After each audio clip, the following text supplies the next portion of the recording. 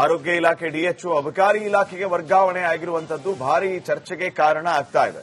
ವರ್ಗಾವಣೆ ಶಿಫಾರಸು ವಿರುದ್ಧ ಈಗ ಬಿಜೆಪಿ ನಾಯಕರು ಸಿಡಿದಿದ್ದಾರೆ. ಡಿಎಚ್ಒ ಅವರನ್ನ ಅಬಕಾರಿ ಇಲಾಖೆಗೆ ವರ್ಗಾವಣೆ ಮಾಡೋದಕ್ಕೆ ಹೇಗೆ ಸಾಧ್ಯ? ಒಬ್ಬ ಡಾಕ್ಟರ್ ಅನ್ನ ಅಬಕಾರಿ ಇಲಾಖೆಗೆ ವರ್ಗಾವಣೆ ಮಾಡಿದ್ದಾರೆ.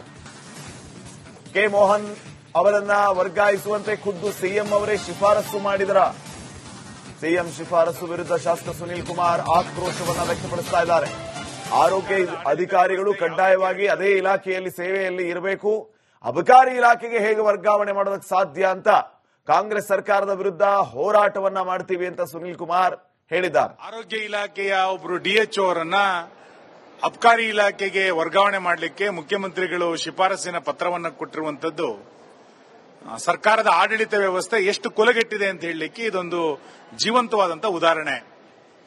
ವರ್ಗಾವಣೆ ದಂಧೆಯಲ್ಲಿ ಎಲ್ಲ ಇಲಾಖೆಗಳು ಮುಳುಗೋಗಿದೆ ಎನ್ನುವಂತ ಆರೋಪಗಳು ಸಾರ್ವಜನಿಕ ವಲಯದಲ್ಲಿ ದೊಡ್ಡ ಪ್ರಮಾಣದಲ್ಲಿ ಕೇಳಿ ಬರ್ತಾ ಇರುವಂತಹ ಸಂದರ್ಭದಲ್ಲಿ ಅದಕ್ಕೆ ಇನ್ನಷ್ಟು ಪುಷ್ಟಿ ಕೊಡುವ ರೂಪದಲ್ಲಿ ಕಡ್ಡಾಯವಾಗಿ ಆರೋಗ್ಯ ಸೇವೆಯಲ್ಲೇ ಇರಬೇಕು ಅನ್ನುವಂತಹ ನಿಯಮಾವಳಿಗಳನ್ನು ಮೀರಿ ಒಬ್ಬ ಆರೋಗ್ಯ ಇಲಾಖೆಯ ಅಧಿಕಾರಿಯನ್ನ ಅಬಕಾರಿ ಇಲಾಖೆಗೆ ವರ್ಗಾವಣೆ ಮಾಡಲಿಕ್ಕೆ ಸ್ವತಃ ಮುಖ್ಯಮಂತ್ರಿಗಳು ಪತ್ರವನ್ನು ಕೊಟ್ಟಿರುವಂತದ್ದು ರಾಜ್ಯದ ಆಡಳಿತ ವ್ಯವಸ್ಥೆ ಯಾವ ರೀತಿ ಇದೆ ಎನ್ನಲಿಕ್ಕೆ ಇವತ್ತೊಂದು ಉದಾಹರಣೆ ಸಿಕ್ಕಿದೆ. ಅಬಕಾರಿ ಇಲಾಖೆಯಲ್ಲಿ 6,000 ಕೋಟಿ ರೂಪಾಯಿ ಹಗರಣ. ಆರೋಗ್ಯ ಇಲಾಖೆ ಡಿಎಚ್ಒ ಅಬಕಾರಿ ಇಲಾಖೆಗೆ ವರ್ಗಾವಣೆ ಆಗಿರುವಂತದ್ದು ಭಾರಿ ಚರ್ಚೆಗೆ ಕಾರಣ ಆಗ್ತಾ ಇದೆ. ವರ್ಗಾವಣೆ ಶಿಫಾರಸು ವಿರುದ್ಧ ಈಗ ಬಿಜೆಪಿ ನಾಯಕರು ಸಿಡಿದಿದ್ದಾರೆ.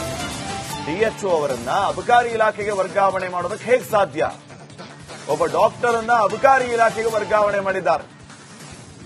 ಕೆ ಮೋಹನ್ ಅವರನ್ನ ವರ್ಗಾಯಿಸುವಂತೆ ಖುದ್ದು ಸಿಎಂ ಅವರೇ ಶಿಫಾರಸು ಮಾಡಿದರ? ಸಿಎಂ ಶಿಫಾರಸು ವಿರುದ್ಧ ಶಾಸಕ ಸುನೀಲ್ ಕುಮಾರ್ ಆಕ್ರೋಶವನ್ನ ವ್ಯಕ್ತಪಡಿಸ್ತಾ ಇದ್ದಾರೆ.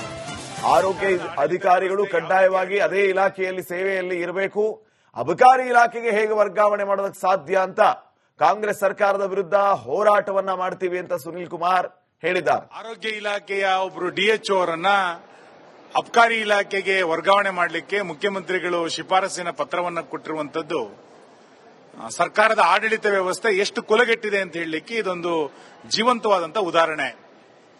ವರ್ಗಾವಣೆ ದಂಧೆಯಲ್ಲಿ ಎಲ್ಲ ಇಲಾಖೆಗಳು ಮುಳುಗೋಗಿದೆ ಎನ್ನುವಂತ ಆರೋಪಗಳು ಸಾರ್ವಜನಿಕ ವಲಯದಲ್ಲಿ ದೊಡ್ಡ ಪ್ರಮಾಣದಲ್ಲಿ ಕೇಳಿ ಬರ್ತಾ ಇರುವಂತಹ ಸಂದರ್ಭದಲ್ಲಿ ಅದಕ್ಕೆ ಇನ್ನಷ್ಟು ಪುಷ್ಟಿ ಕೊಡುವ ರೂಪದಲ್ಲಿ ಕಡ್ಡಾಯವಾಗಿ ಆರೋಗ್ಯ ಸೇವೆಯಲ್ಲೇ ಇರಬೇಕು ಅನ್ನುವಂತಹ ನಿಯಮಾವಳಿಗಳನ್ನು ಮೀರಿ ಒಬ್ಬ ಆರೋಗ್ಯ ಇಲಾಖೆಯ ಅಧಿಕಾರಿಯನ್ನ ಅಬಕಾರಿ ಇಲಾಖೆಗೆ ವರ್ಗಾವಣೆ ಮಾಡಲಿಕ್ಕೆ ಸ್ವತಃ ಮುಖ್ಯಮಂತ್ರಿಗಳು ಪತ್ರವನ್ನು ಕೊಟ್ಟಿರುವಂತದ್ದು ರಾಜ್ಯದ ಆಡಳಿತ ವ್ಯವಸ್ಥೆ ಯಾವ ರೀತಿ ಇದೆ ಎನ್ನಲಿಕ್ಕೆ ಇವತ್ತೊಂದು ಉದಾಹರಣೆ ಸಿಕ್ಕಿದೆ.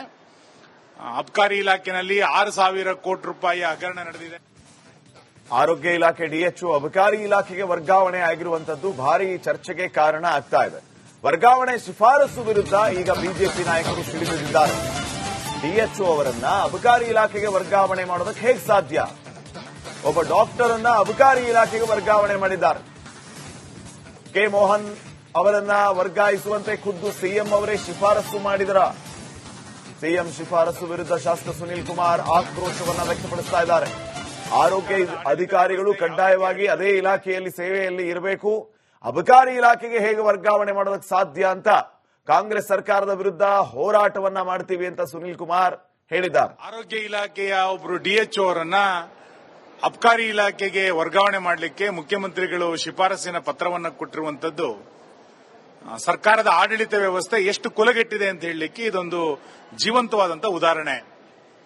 ವರ್ಗಾವಣೆ ದಂಧೆಯಲ್ಲಿ ಎಲ್ಲ ಇಲಾಖೆಗಳು ಮುಳುಗೋಗಿದೆ ಎನ್ನುವಂತ ಆರೋಪಗಳು ಸಾರ್ವಜನಿಕ ವಲಯದಲ್ಲಿ ದೊಡ್ಡ ಪ್ರಮಾಣದಲ್ಲಿ ಕೇಳಿ ಬರ್ತಾ ಇರುವಂತಹ ಸಂದರ್ಭದಲ್ಲಿ ಅದಕ್ಕೆ ಇನ್ನಷ್ಟು ಪುಷ್ಟಿ ಕೊಡುವ ರೂಪದಲ್ಲಿ ಕಡ್ಡಾಯವಾಗಿ ಆರೋಗ್ಯ ಸೇವೆಯಲ್ಲೇ ಇರಬೇಕು ಅನ್ನುವಂತಹ ನಿಯಮಾವಳಿಗಳನ್ನು ಮೀರಿ ಒಬ್ಬ ಆರೋಗ್ಯ ಇಲಾಖೆಯ ಅಧಿಕಾರಿಯನ್ನ ಅಬಕಾರಿ ಇಲಾಖೆಗೆ ವರ್ಗಾವಣೆ ಮಾಡಲಿಕ್ಕೆ ಸ್ವತಃ ಮುಖ್ಯಮಂತ್ರಿಗಳು ಪತ್ರವನ್ನು ಕೊಟ್ಟಿರುವಂತದ್ದು ರಾಜ್ಯದ ಆಡಳಿತ ವ್ಯವಸ್ಥೆ ಯಾವ ರೀತಿ ಇದೆ ಎನ್ನಲಿಕ್ಕೆ ಇವತ್ತೊಂದು ಉದಾಹರಣೆ ಸಿಕ್ಕಿದೆ. ಅಬಕಾರಿ ಇಲಾಖೆಯಲ್ಲಿ 6,000 ಕೋಟಿ ರೂಪಾಯಿ ಹಗರಣ ನಡೆದಿದೆ. ಆರೋಗ್ಯ ಇಲಾಖೆ ಡಿಎಚ್ಒ ಅಬಕಾರಿ ಇಲಾಖೆಗೆ ವರ್ಗಾವಣೆ ಆಗಿರುವಂತದ್ದು ಭಾರಿ ಚರ್ಚೆಗೆ ಕಾರಣ ಆಗ್ತಾ ಇದೆ. ವರ್ಗಾವಣೆ ಶಿಫಾರಸು ವಿರುದ್ಧ ಈಗ ಬಿಜೆಪಿ ನಾಯಕರು ಸಿಡಿದಿದ್ದಾರೆ. ಡಿಎಚ್ಒ ಅವರನ್ನ ಅಬಕಾರಿ ಇಲಾಖೆಗೆ ವರ್ಗಾವಣೆ ಮಾಡೋದಕ್ಕೆ ಹೇಗೆ ಸಾಧ್ಯ? ಒಬ್ಬ ಡಾಕ್ಟರ್ ಅನ್ನ ಅಬಕಾರಿ ಇಲಾಖೆಗೆ ವರ್ಗಾವಣೆ ಮಾಡಿದ್ದಾರೆ. ಕೆ ಮೋಹನ್ ಅವರನ್ನ ವರ್ಗಾಯಿಸುವಂತೆ ಖುದ್ದು ಸಿಎಂ ಅವರೇ ಶಿಫಾರಸು ಮಾಡಿದರ? ಸಿಎಂ ಶಿಫಾರಸು ವಿರುದ್ಧ ಶಾಸಕ ಸುನೀಲ್ ಕುಮಾರ್ ಆಕ್ರೋಶವನ್ನ ವ್ಯಕ್ತಪಡಿಸ್ತಾ ಇದ್ದಾರೆ. ಆರೋಗ್ಯ ಅಧಿಕಾರಿಗಳು ಕಡ್ಡಾಯವಾಗಿ ಅದೇ ಇಲಾಖೆಯಲ್ಲಿ ಸೇವೆಯಲ್ಲಿ ಇರಬೇಕು, ಅಬಕಾರಿ ಇಲಾಖೆಗೆ ಹೇಗೆ ವರ್ಗಾವಣೆ ಮಾಡೋದಕ್ಕೆ ಸಾಧ್ಯ ಅಂತ ಕಾಂಗ್ರೆಸ್ ಸರ್ಕಾರದ ವಿರುದ್ಧ ಹೋರಾಟವನ್ನ ಮಾಡ್ತೀವಿ ಅಂತ ಸುನೀಲ್ ಕುಮಾರ್ ಹೇಳಿದ್ದಾರೆ. ಆರೋಗ್ಯ ಇಲಾಖೆಯ ಒಬ್ಬರು ಡಿಎಚ್ಒ ಅವರನ್ನ ಅಬಕಾರಿ ಇಲಾಖೆಗೆ ವರ್ಗಾವಣೆ ಮಾಡಲಿಕ್ಕೆ ಮುಖ್ಯಮಂತ್ರಿಗಳು ಶಿಫಾರಸಿನ ಪತ್ರವನ್ನು ಕೊಟ್ಟಿರುವಂತದ್ದು ಸರ್ಕಾರದ ಆಡಳಿತ ವ್ಯವಸ್ಥೆ ಎಷ್ಟು ಕುಲಗೆಟ್ಟಿದೆ ಅಂತ ಹೇಳಲಿಕ್ಕೆ ಇದೊಂದು ಜೀವಂತವಾದಂತಹ ಉದಾಹರಣೆ. ವರ್ಗಾವಣೆ ದಂಧೆಯಲ್ಲಿ ಎಲ್ಲ ಇಲಾಖೆಗಳು ಮುಳುಗೋಗಿದೆ ಎನ್ನುವಂತ ಆರೋಪಗಳು ಸಾರ್ವಜನಿಕ ವಲಯದಲ್ಲಿ ದೊಡ್ಡ ಪ್ರಮಾಣದಲ್ಲಿ ಕೇಳಿ ಬರ್ತಾ ಇರುವಂತಹ ಸಂದರ್ಭದಲ್ಲಿ ಅದಕ್ಕೆ ಇನ್ನಷ್ಟು ಪುಷ್ಟಿ ಕೊಡುವ ರೂಪದಲ್ಲಿ ಕಡ್ಡಾಯವಾಗಿ ಆರೋಗ್ಯ ಸೇವೆಯಲ್ಲೇ ಇರಬೇಕು ಅನ್ನುವಂತಹ ನಿಯಮಾವಳಿಗಳನ್ನು ಮೀರಿ ಒಬ್ಬ ಆರೋಗ್ಯ ಇಲಾಖೆಯ ಅಧಿಕಾರಿಯನ್ನ ಅಬಕಾರಿ ಇಲಾಖೆಗೆ ವರ್ಗಾವಣೆ ಮಾಡಲಿಕ್ಕೆ ಸ್ವತಃ ಮುಖ್ಯಮಂತ್ರಿಗಳು ಪತ್ರವನ್ನು ಕೊಟ್ಟಿರುವಂತದ್ದು ರಾಜ್ಯದ ಆಡಳಿತ ವ್ಯವಸ್ಥೆ ಯಾವ ರೀತಿ ಇದೆ ಎನ್ನಲಿಕ್ಕೆ ಇವತ್ತೊಂದು ಉದಾಹರಣೆ ಸಿಕ್ಕಿದೆ. ಅಬಕಾರಿ ಇಲಾಖೆಯಲ್ಲಿ 6,000 ಕೋಟಿ ರೂಪಾಯಿ ಹಗರಣ ನಡೆದಿದೆ. ಆರೋಗ್ಯ ಇಲಾಖೆ ಡಿಎಚ್ಒ ಅಬಕಾರಿ ಇಲಾಖೆಗೆ ವರ್ಗಾವಣೆ ಆಗಿರುವಂತದ್ದು ಭಾರಿ ಚರ್ಚೆಗೆ ಕಾರಣ ಆಗ್ತಾ ಇದೆ. ವರ್ಗಾವಣೆ ಶಿಫಾರಸು ವಿರುದ್ಧ ಈಗ ಬಿಜೆಪಿ ನಾಯಕರು ಸಿಡಿದಿದ್ದಾರೆ. ಡಿಎಚ್ಒ ಅವರನ್ನ ಅಬಕಾರಿ ಇಲಾಖೆಗೆ ವರ್ಗಾವಣೆ ಮಾಡೋದಕ್ಕೆ ಹೇಗೆ ಸಾಧ್ಯ? ಒಬ್ಬ ಡಾಕ್ಟರ್ ಅನ್ನ ಅಬಕಾರಿ ಇಲಾಖೆಗೆ ವರ್ಗಾವಣೆ ಮಾಡಿದ್ದಾರೆ. ಕೆ ಮೋಹನ್ ಅವರನ್ನ ವರ್ಗಾಯಿಸುವಂತೆ ಖುದ್ದು ಸಿಎಂ ಅವರೇ ಶಿಫಾರಸು ಮಾಡಿದರ. ಸಿಎಂ ಶಿಫಾರಸು ವಿರುದ್ಧ ಶಾಸಕ ಸುನೀಲ್ ಕುಮಾರ್ ಆಕ್ರೋಶವನ್ನ ವ್ಯಕ್ತಪಡಿಸ್ತಾ ಇದ್ದಾರೆ. ಆರೋಗ್ಯ ಅಧಿಕಾರಿಗಳು ಕಡ್ಡಾಯವಾಗಿ ಅದೇ ಇಲಾಖೆಯಲ್ಲಿ ಸೇವೆಯಲ್ಲಿ ಇರಬೇಕು, ಅಬಕಾರಿ ಇಲಾಖೆಗೆ ಹೇಗೆ ವರ್ಗಾವಣೆ ಮಾಡೋದಕ್ಕೆ ಸಾಧ್ಯ ಅಂತ ಕಾಂಗ್ರೆಸ್ ಸರ್ಕಾರದ ವಿರುದ್ಧ ಹೋರಾಟವನ್ನ ಮಾಡ್ತೀವಿ ಅಂತ ಸುನೀಲ್ ಕುಮಾರ್ ಹೇಳಿದ್ದಾರೆ. ಆರೋಗ್ಯ ಇಲಾಖೆಯ ಒಬ್ಬರು ಡಿಎಚ್ಒ ಅವರನ್ನ ಅಬಕಾರಿ ಇಲಾಖೆಗೆ ವರ್ಗಾವಣೆ ಮಾಡಲಿಕ್ಕೆ ಮುಖ್ಯಮಂತ್ರಿಗಳು ಶಿಫಾರಸಿನ ಪತ್ರವನ್ನು ಕೊಟ್ಟಿರುವಂತದ್ದು ಸರ್ಕಾರದ ಆಡಳಿತ ವ್ಯವಸ್ಥೆ ಎಷ್ಟು ಕುಲಗೆಟ್ಟಿದೆ ಅಂತ ಹೇಳಲಿಕ್ಕೆ ಇದೊಂದು ಜೀವಂತವಾದಂತಹ ಉದಾಹರಣೆ.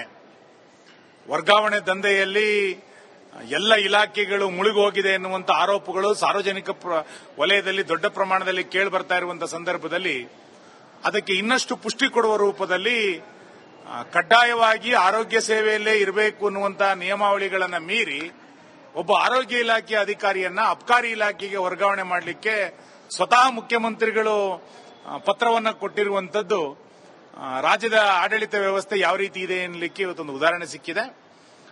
ಅಬಕಾರಿ ಇಲಾಖೆಯಲ್ಲಿ 6,000 ಕೋಟಿ ರೂಪಾಯಿ ಹಗರಣ ನಡೆದಿದೆ. ಆರೋಗ್ಯ ಇಲಾಖೆ ಡಿಎಚ್ಒ ಅಬಕಾರಿ ಇಲಾಖೆಗೆ ವರ್ಗಾವಣೆ ಆಗಿರುವಂತದ್ದು ಭಾರಿ ಚರ್ಚೆಗೆ ಕಾರಣ ಆಗ್ತಾ ಇದೆ.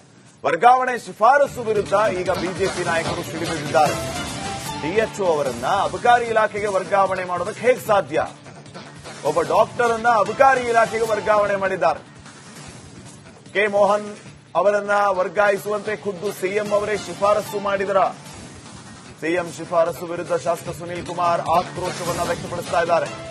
ಆರೋಗ್ಯ ಅಧಿಕಾರಿಗಳು ಕಡ್ಡಾಯವಾಗಿ ಅದೇ ಇಲಾಖೆಯಲ್ಲಿ ಸೇವೆಯಲ್ಲಿ ಇರಬೇಕು, ಅಬಕಾರಿ ಇಲಾಖೆಗೆ ಹೇಗೆ ವರ್ಗಾವಣೆ ಮಾಡೋದಕ್ಕೆ ಸಾಧ್ಯ ಅಂತ ಕಾಂಗ್ರೆಸ್ ಸರ್ಕಾರದ ವಿರುದ್ಧ ಹೋರಾಟವನ್ನ ಮಾಡ್ತೀವಿ ಅಂತ ಸುನೀಲ್ ಕುಮಾರ್ ಹೇಳಿದ್ದಾರೆ. ಆರೋಗ್ಯ ಇಲಾಖೆಯ ಒಬ್ಬರು ಡಿಎಚ್ಒ ಅವರನ್ನ ಅಬಕಾರಿ ಇಲಾಖೆಗೆ ವರ್ಗಾವಣೆ ಮಾಡಲಿಕ್ಕೆ ಮುಖ್ಯಮಂತ್ರಿಗಳು ಶಿಫಾರಸಿನ ಪತ್ರವನ್ನು ಕೊಟ್ಟಿರುವಂತದ್ದು ಸರ್ಕಾರದ ಆಡಳಿತ ವ್ಯವಸ್ಥೆ ಎಷ್ಟು ಕುಲಗೆಟ್ಟಿದೆ ಅಂತ ಹೇಳಲಿಕ್ಕೆ ಇದೊಂದು ಜೀವಂತವಾದಂತಹ ಉದಾಹರಣೆ.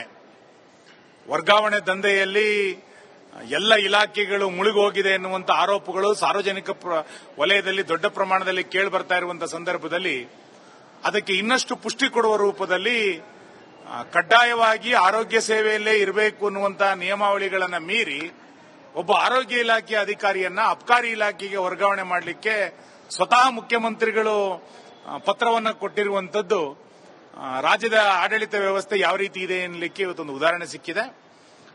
ಅಬಕಾರಿ ಇಲಾಖೆಯಲ್ಲಿ 6,000 ಕೋಟಿ ರೂಪಾಯಿ ಹಗರಣ ನಡೆದಿದೆ.